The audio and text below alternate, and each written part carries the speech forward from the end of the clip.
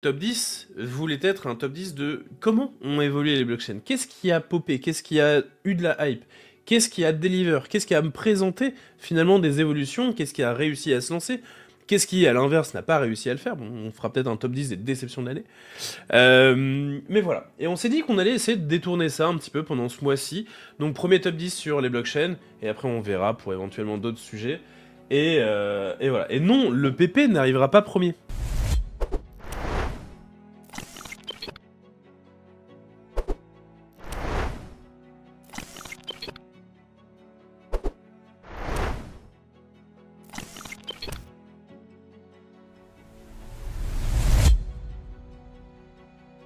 Nous allons passer au quatrième sujet. Quatrième sujet qui nous a un peu amusé. On était en conférence de rédaction, évidemment, hein, c'est comme ça qu'on appelle ce genre de système. On discutait, mais qu'est-ce qu'on pourrait bien raconter en tant que grosse actu de la semaine? Et on s'est dit, mais ça arrive sur Noël. Il faut faire des petits cadeaux, il faut faire des trucs un petit peu fun, il faut faire des trucs rigolos. Et on a envie de créer du débat, on a envie de créer de la discussion, et on a envie un petit peu aussi de se mouiller. Donc, on va vous proposer un sujet qui, nous a fait rire à imaginer. Ensuite, on s'est dit, bon, ok, ça va être extrêmement, comment dire, subjectif. Et puis, ça va vous faire un petit peu rager, ça va être marrant. On s'est dit qu'on allait faire un petit top de... un petit top 10 des blockchains de l'année. Et donc, qu'est-ce qu'on s'est dit en voulant créer ce système? C'est que ce top 10 voulait être un top 10 de comment ont évolué les blockchains. Qu'est-ce qui a popé? Qu'est-ce qui a eu de la hype? Qu'est-ce qui a deliver? Qu'est-ce qui a présenté finalement des évolutions? Qu'est-ce qui a réussi à se lancer? Qu'est-ce qui, à l'inverse, n'a pas réussi à le faire? Bon, on fera peut-être un top 10 des déceptions de l'année. Mais voilà. Et on s'est dit qu'on allait essayer de détourner ça un petit peu pendant ce mois-ci. Donc, premier top 10 sur les blockchains, et après on verra pour éventuellement d'autres sujets. Et voilà. Et non, le PP n'arrivera pas premier, malheureusement. Mais par contre, on fera quelque chose qui sera un petit peu en lien. Et donc, du coup, bah, on va commencer. Déjà, je veux juste dire qu'on va pas pouvoir toutes les citer, hein, je suis désolé. Il y en a qui vont kiffer certaines blockchains et on va pas les citer parce qu'on a décidé qu'elles ne faisaient pas partie de notre top 10. On a des mentions honorables. Type, par exemple, Polkadot et Cosmos. Polkadot et Cosmos, on n'a pas réussi à les mettre à l'intérieur de notre top 10. En fait, elles ont eu du succès à la fin de l'année. On s'est rendu compte à la fin de l'année que des gens croyaient encore dans ces blockchains, mais pendant le reste de l'année, il n'y a pas eu spécialement grand-chose. Même si, par exemple, sur l'écosystème Polkadot, on a Kusama qui a réussi à atteindre les 100 000 transactions par seconde en mainnet. Donc vraiment, des trucs un peu cool. Mais malheureusement, il y en a d'autres qui sont passés devant. Terre Noire, non, par exemple, ça n'a pas pu faire, ça n'a pas pu en faire partie. Mais du coup, c'est très bien. Je vois Benoît qui commence à le faire, je vois d'autres qui commencent à en parler. Nous, on est chaud de voir un petit peu votre top 10 dans le chat. Et puis même pareil, si vous voyez le replay sur YouTube, on est chaud de voir votre top 10. Mettez en pause, faites votre top 10 et voyez le suite de la vidéo. Et oui, en effet, il y a eu des choses, mais voilà. Donc du coup, Cosmos et Polka, on les a pas mis. Je sais pas, il y en a d'autres très certainement qu'on n'a pas mis. Et je vais donc... Polygon, on n'a pas mis non plus. T'en as un qu'on n'a pas mis, Virgile? Que dont tu veux parler? Bah là c'est bah là pour le coup C'est pas... il y a alors il y a JK qui dit Célestin. Bon, je pense qu'il fait référence à Célestia sur ce effectivement. Mais après on va pas Ouais, spoiler on va outre aller direct. mesure. Allez, Ça reste un top 10, il fallait faire des choix. exactement, et qui dit choix dit renoncement, mais dit aussi présentation. Donc du coup, on va pouvoir... Ah, c'est intéressant, je vois, il y a il y a des bonnes takes Mm. là-dessus. On a décidé de mettre WorldChain. Pourquoi WorldChain? Parce que c'est une blockchain qui s'est lancée cette année. Et ils ont réussi à lancer leur blockchain. Et en fait, leur roadmap, elle nous a semblé claire. Ils ont réussi à d'abord créer une technologie qui permettait d'identité décentralisée sur Ethereum, puis ensuite ils sont décalés, et ils ont créé leur propre blockchain pour soutenir leur infrastructure. Et en fait, ce qu'ils font, ça marche, je le sais parce que je suis dessus, et que globalement, je reçois tous les mois ma petite crypto. Tous les mois, je vois en fait ce que j'obtiens avec leur système d'UBI, d'Universal Basic Income, revenu universel. Et en fait, ça fonctionne, ils ont un système de staking, machin. C'est plutôt cool. On voit que ça fonctionne. Et de fait, WorldChain, bah, en fait, ils ont réussi à deliver. alors que c'était un gros projet dans lequel on se disait, ouais, c'est une usine à gaz avec leur petite orbe.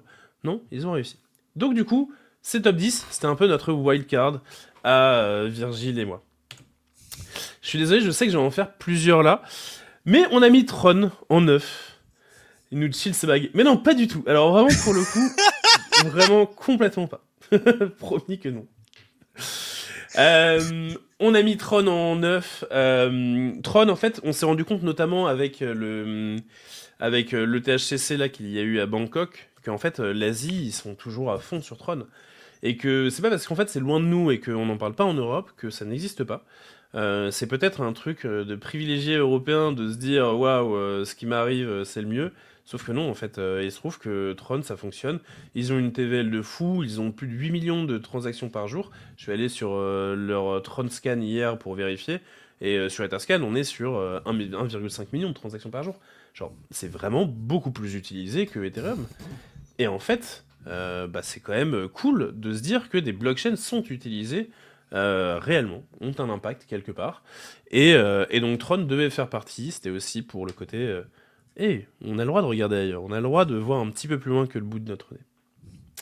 Mais en effet, il y a Justin, voilà, Justin Sun, c'est pas forcément la meilleure des personnes, mais voilà, ils ont une blockchain. Huitième, Ripple. Est-ce que tu veux te la faire Ripple ou je la fais Virgile? Écoute, je peux faire Ripple éventuellement. Alors, bon, Ripple, gros exploit qu'ils ont réussi cette année, c'est leur victoire juridique sur la SEC. Parce que faut pas se mentir que on était sur une blockchain qui a été maltraitée pendant plusieurs années, notamment avec beaucoup de soucis vis-à-vis des régulateurs.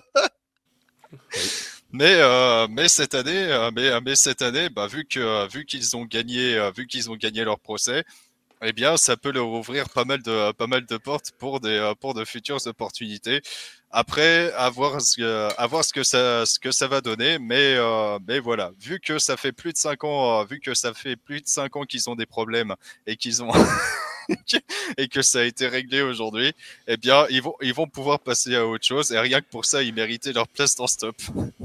Ouais, et puis tu vois, c'est des trucs à la con, mais on voit qu'il y a beaucoup d'initiatives autour de Ripple. Ils ont vraiment cette volonté institutionnelle qui est extrêmement forte. Ils ont réussi leur combat juridique. Ils continuent à avancer sur leur système un petit peu pour les banques, notamment avec RippleNet. Ils ont le XRP, enfin le XRP qui est leur coin qui n'a fait que d'augmenter. Sur cette année, ils ont été très performants. Et ils ont aussi un très gros impact sur l'écosystème, même en France par exemple, avec XRPL Common, qui fait du très bon travail. Aujourd'hui, ils ont des locaux dans le Marais pour pouvoir informer les gens sur Ripple et ce genre de choses. Nous, ça a tendance à nous faire tiquer et on se dit que, ok, ils réussissent un petit peu leur système. Alors, c'est pas forcément la vision de la décentralisation telle qu'on la souhaite, mais on est obligé de se dire que dans un top 10, elle en fait partie. C'est un top 10 qu'on avait voulu objectif et pas uniquement idéologique.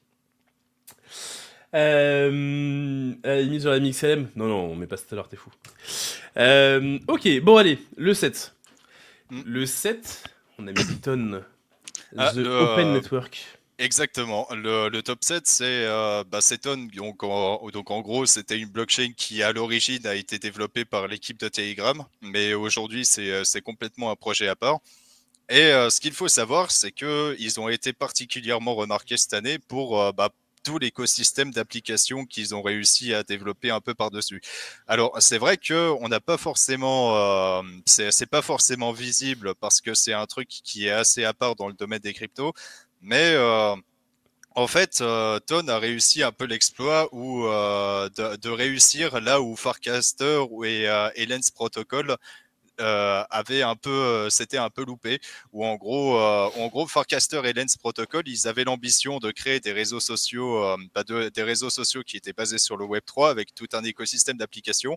Mais c'est vraiment la blockchain Ton de Telegram qui a vraiment réussi à porter cette vision et et qui justement a réussi à s'imposer sur ce domaine-là. Donc à voir à voir ce que ça va donner au cours des prochaines années.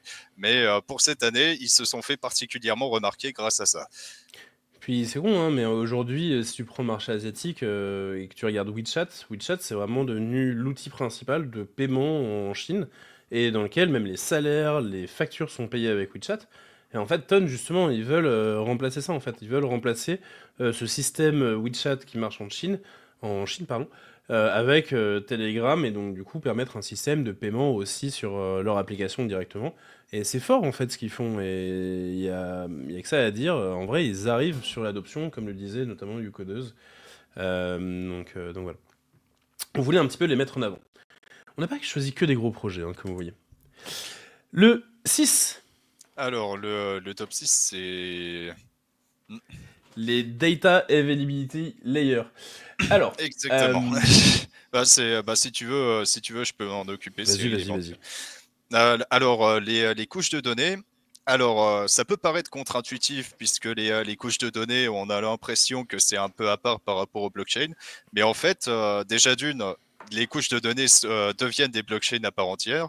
Et de deux, on a la thèse des blockchains modulaires en fait qui suggère que qui suggère qu'en fait on a une séparation entre le système de consensus, la manière dont on processe les transactions avec la couche d'exécution et la manière dont on stocke les transactions avec les couches de données. Et, euh, et en fait, le meilleur exemple pour illustrer ça, c'est L2Bit qui a ouvert une section qui est dédiée spécifiquement aux couches de données avec, on l'a vu, Celestia qui occupe la première position, justement parce que le gros avantage de Celestia, c'est que ça fait à la fois un système de consensus et un système de couches de données, et on a juste à intégrer des layers 2 d'Ethereum par-dessus, par exemple. Enfin, c'est juste pour donner un exemple. Et en fait, ouais, un autre exemple de ça, c'est le projet Mega ETH. En fait, Mega ETH, c'est un projet qui fait beaucoup parler de lui, notamment sur le fait de procéder énormément de transactions. Mais la raison pour laquelle il processe énormément de transactions, c'est parce que ça demande énormément de données et c'est quelque chose que Ethereum ne peut pas forcément proposer. Et c'est aussi pour cette raison que Mega ETH a adopté EigenDA pour pouvoir stocker ces données parce que c'était un des seuls réseaux capables d'assumer autant de données d'un seul coup. Donc voilà, on voulait aussi profiter de ce top pour le mettre. Ouais, tout à fait. Donc là, on vous donne pas une blockchain, on vous en donne en réalité deux, même un peu plus, avec EigenDA et Celestia. Mais en fait, pour nous, c'est l'occasion de parler d'un sujet un petit peu plus large, qui n'est pas forcément en train de deliver maintenant, mais qui est en train de créer des prémices d'un concept qui sera beaucoup plus gros plus tard et qui permettra l'avancée aussi des blockchains, avec notamment un méga ETH qui est très très en vogue et très très hypé, notamment par Vitalik, comme le dit JK. Mais qui promet d'avoir des milliers de transactions à la seconde, enfin quand je dis des milliers, en fait c'est des centaines de milliers, et ce qui sera assez fou si ça arrive. Donc voilà, on voulait le citer. Avant de passer au top 5, on arrive dans le gros. Qui sont ces personnes-là? Eh bien, on était obligé de citer Arbitrum. Arbitrum, beau projet Arbitrum, Virgile. On, on prévoyait. J'avoue, moi je faisais partie de la team qui, en 2022-2023, dans les derniers ETHCC, on était là, genre bon, on voit les ZK Rollup, les Starknet. J'ai un t-shirt Starknet hein, actuellement sur moi. On voyait les Starknet qui étaient en train de balancer la sauce, les ZK Sync ou ce genre de choses. Et on se disait qu'en fait, tout le monde allait être tourné autour des ZK Rollup et que les ZK c'était le futur. Et c'est peut-être toujours le futur. Qu'on s'entende bien, il n'y a pas de souci là-dessus, c'est peut-être le futur, c'est Vitalik qui le dit encore une fois. Si Vitalik le dit, a priori c'est que c'est vrai. Mais la réalité, elle n'est pas là. La réalité, c'est que toujours aujourd'hui, si on regarde le top des différentes blockchains, celle qui est la première, comme on peut le voir sur Grove the Pie, qui est affiché ici par Virgile, on se rend compte que c'est Arbitrum qui est première. On se rend compte que c'est Arbitrum qui tient le lead sur les roll-ups. Et du coup, bah, bravo Arbitrum. En fait, ils réussissent à maintenir l'avance qu'ils s'étaient constituée par une expérience qui est bonne, par tout simplement une blockchain qui fonctionne, et ça, c'est quand même assez fort. Et en effet, ils ont l'avantage d'avoir été les premiers ready. Mais en fait, c'est quelque chose de difficile que de maintenir sa place de premier, et Arbitrum le fait très bien. Donc voilà. Ça fermait juste du airdrop, bah ça fermait du airdrop, mais une fois qu'on a le airdrop, tout le monde a commencé à vendre, on s'était dit que ça allait péter. Et non. En fait, pas du tout. Allez, top 4. Notre top 4 est constitué de Sui Aptos. Alors là, je me le prends vite fait. Parce que Sui et Aptos, ce sont encore une fois deux blockchains, mais en fait c'est deux blockchains qui sont autour d'un même écosystème qui a été travaillé autour du langage qui s'appelle Move. C'est un langage de programmation un peu nouveau, basé notamment sur Rust, et qui a attiré beaucoup de hype. Alors en gros, c'est juste que ils ont réussi à faire un langage pro-blockchain, un peu comme Solidity, en partant d'un langage connu et apprécié des gens qui était Rust. Et du coup, les deux ensemble a fait que d'un coup, il y a eu une grosse communauté qui a commencé à en parler. En fait, c'est simple. On est arrivé à l'ETHCC, je sais pas si Virgile pourra confirmer, mais moi je suis arrivé à l'ETHCC en me disant trop cool, je vais voir des LE et ce genre de choses. Et en fait, partout autour de moi, j'entendais et Sui, et Aptos, et machin, et Diem. Et en fait, c'est quand même n'importe quoi à quel point ce truc a eu de la hype. Alors, je sais pas ce que ça sera plus tard, mais on a vu par exemple que Sui, son token n'a fait que d'augmenter avec le temps. Sur l'année, ils n'ont pas eu de baisse. C'est simple, ils ont juste pas eu de baisse. Alors, ils n'ont pas eu une augmentation fulgurante, mais ils n'ont pas eu de baisse. Il y a en gros une hype autour de ça, avec notamment de nombreux projets qui sont en train de se constituer. Et en fait, juste le fait de commencer à exister cette année et directement d'avoir l'intérêt de tous les développeurs est quand même quelque chose d'assez merveilleux. Donc voilà, bravo à eux. On va passer au top 3. Mm. T'es chaud et très chaud Vas-y, pour le top dis-moi. 3 justement. Et alors si on peut permettre de revenir sur Ah, sur pardon. GrovePy par exemple. Oui, Euh, pardon. Ouais, c'est yes, nickel, merci Cyril. Alors on parlait d'Arbitrum juste avant en disant qu'il était top 5, mais sauf que il y a un autre layer 2 qui a fait l'unanimité cette année. Eh bien, il s'agit de Base et Base, bah, c'est vraiment le réseau. Alors à la base, ça a été créé à partir de l'OpiStack, donc c'est le kit de développement d'Optimism pour pouvoir créer son propre layer 2.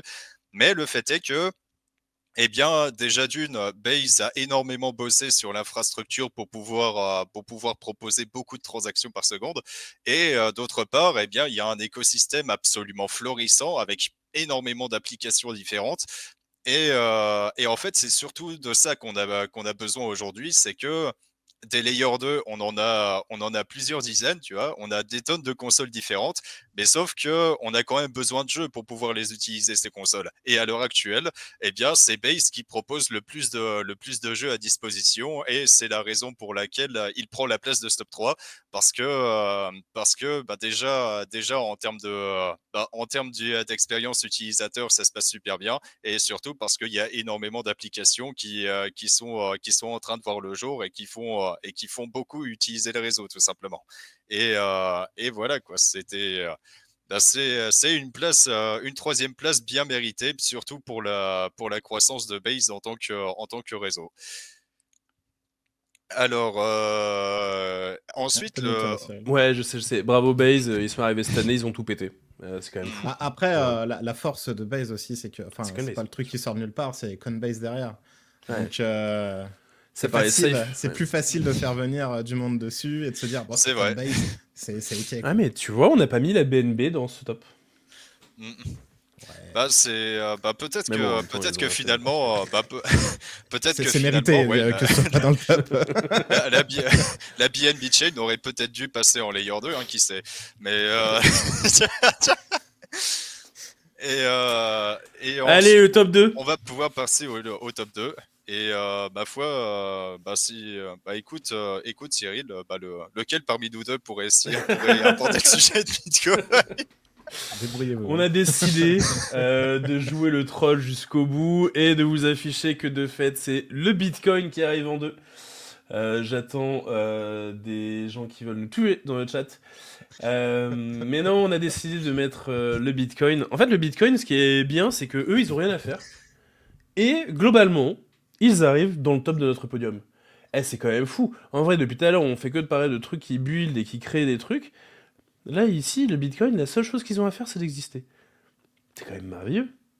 Donc c'est pour ça qu'on n'a pas voulu le mettre premier, hein. Je suis désolé, mais à un moment donné, il faut travailler. Les développeurs de Bitcoin, à un moment, on attend qu'ils nous sortent 2-3 petits trucs quand même, qu'ils fassent des petites mises à jour, histoire de rendre le réseau un petit peu plus performant, histoire de rendre le réseau un petit peu plus sécure sur le long terme, ce genre de choses. Mais en attendant, il est forcé de constater qu'ils sont top 2 et ils l'ont très bien mérité en fait, parce que tout simplement, Bitcoin aujourd'hui, ça reste pour tout le monde l'archétype de la blockchain, l'archétype de la crypto-monnaie, et l'archétype même d'une nouvelle monnaie tentée et qui commence vraiment à fonctionner. En fait, tout simplement, on a eu aussi politiquement un impact de plus en plus grand. Si on a eu un mec comme Trump qui a été élu, peut-être que c'est aussi en partie dû aux personnes qui s'imaginent un côté libertarien en Amérique et qui du coup se sont dit ok, il faut partir vers Trump plutôt que vers Kamala. Si on a eu des nouveautés aussi, je sais pas, sur les régulations européennes ou quoi, si on a eu tout simplement le fait que dans les tribunaux américains aujourd'hui, bah, on considère le Bitcoin non pas comme une security mais comme une commodity, en fait, ces discussions-là arrivent par le biais de Bitcoin. Et donc du coup, en fait, Bitcoin, il a un impact social qui est tellement fort aujourd'hui qu'on ne peut pas passer en dehors de ça. Et donc du coup, on l'a mis deuxième. Mais si on l'a mis deuxième, ça veut dire qu'on a fait un choix. Qu'on a fait un choix et qu'on a mis un premier. Qui est notre premier à votre avis? On va avoir Ah, des surprises. attention à vous. Vous êtes pas prêts. Allez, c'est parti. On affiche notre premier, notre grand gagnant de l'année et Solana. Hein, comme le dit JK, comme le dit pas Fortunato, désolé, on a vu que TQ ne voulait pas voir OTH en premier. Et donc, on a mis Solana en premier. En fait, Solana, c'est con, hein, mais on a fait que d'en parler toute l'année. Alors, nous, on est peut-être un peu biaisés parce qu'on a créé un cours avec la fondation Solana et qu'en fait, on a été intéressé par ça. Mais en fait, force est de constater que c'est là où il y a eu le plus de création d'applications, le plus de création de valeur. C'est là où aussi il n'y a pas eu de downtime cette année, c'est quand même fou. Il y a eu des nouveautés chez les validateurs avec Firestarter. Il y a eu des pools de stacking qui se sont faites et qui ont beaucoup rémunéré les validateurs. Donc du coup, il y en a de plus en plus. Et donc, il y a de la décentralisation qui se met en place, notamment par l'incentive financière. Ils ont un jeton qui a été fort sur l'année. Ils ont créé Pump.Fun, mais Pump.Fun, ça a été énorme aujourd'hui pour l'usage des blockchains. Ça a rendu fun, en fait, l'usage de notre blockchain. Et de fait, Solana, ils ont été forts. Toute l'année, ils ont été forts. Et en fait, ils sont obligés d'être premiers. En fait, toute l'année, on a fait que de parler d'eux. À un moment donné, Alors qu'il Et, avait été annoncé mort plus d'une fois, quoi. Ouais, Exactement. c'est vrai qu'il a été annoncé mort plus d'une fois, et puis surtout un truc assez important à noter, c'est que c'est aussi grâce à eux que les langages de smart contract inspirés de Rust ont pu être popularisés. Ce qui est en train de se passer, c'est que là, la grosse majorité des smart contracts et qui est écrit aujourd'hui dans la blockchain sont en langage Solidity, donc qui a été inspiré de JavaScript sur Ethereum. Mais du côté de Solana, eh bien, tu as les langages inspirés de Rust. Et c'est entre autres grâce à Solana que beaucoup de développeurs s'intéressent à Rust aujourd'hui et que c'est progressivement adopté également. Allez, avant de finir quand même ce top, il y a un petit truc que je voulais quand même vous montrer. En On a reçu des effet, pressions énormes. on n'a pas mis Ethereum, mais c'était un peu volontaire. Gaëtan nous a dit si vous mettez pas Ethereum, je quitte Alira. Donc je le mets quand même. Ethereum, faut pas oublier que dans le lot de tout ce qu'on a pu citer, il y a eu combien de L2? Enfin, je veux dire, il y a eu Base qui est troisième, il y a eu Tron qui est un de VM qui est basé sur Ethereum, il y a eu Ton, il y a eu Arbitrum, les DA aussi. En fait, faut comprendre que l'écosystème Ethereum aujourd'hui part en dehors finalement de notre layer 0. Et de fait, c'est pas tant que ça Ethereum qui est exceptionnellement fort, mais en fait, c'est tout l'écosystème autour d'Ethereum qui est fort. Et en fait, c'est tout l'écosystème autour des layers 2 qui est extrêmement fort. Donc du coup, on s'est dit qu'il méritait une place un peu particulière, pas vraiment dans le top 10, mais en même temps, genre, il est à l'origine du top 10. De fait, bon, bah, on est obligé de la mettre en dehors et de dire que quand même, bravo Ethereum, ils font l'écosystème tel qu'il est aujourd'hui. Et même par exemple sur Ethereum, aujourd'hui, on peut utiliser la SVM dans certains contextes, donc on peut même utiliser du Solana. Voilà, bravo à eux. Désolé pour le montage. J'espère qu'il ne le verra pas. Garantie sans IA, hein, pour le coup. Garantie sans IA. Après, et vu qu'on clôture ce top 10, ce top 10, ma foi, eh bien, petit disclaimer sur le fait que on a abordé essentiellement les blockchains qui ont su être particulièrement marquantes au cours de l'année 2024. Et bien évidemment, ça ne présage en rien de leur évolution au cours des prochaines années, bien entendu. Tout à fait. Écoutez tout le monde, c'était un grand plaisir que de faire cette émission et de rire un petit peu. J'attends du coup éventuellement dans les commentaires sur YouTube quand on la mettra en ligne vos top 10. Nous, en tout cas, c'est la fin. On se retrouve la semaine prochaine. Évidemment, si vous voulez avoir des informations sur la blockchain ou sur l'IA, vous pouvez vous rendre sur alira.fr. Vous aurez cours avec moi, avec Mika. Vous pourrez lire les fameuses newsletters de Virgile. N'hésitez pas à vous abonner. Et donc, du coup, à la semaine prochaine, tout le monde. Ciao, ciao!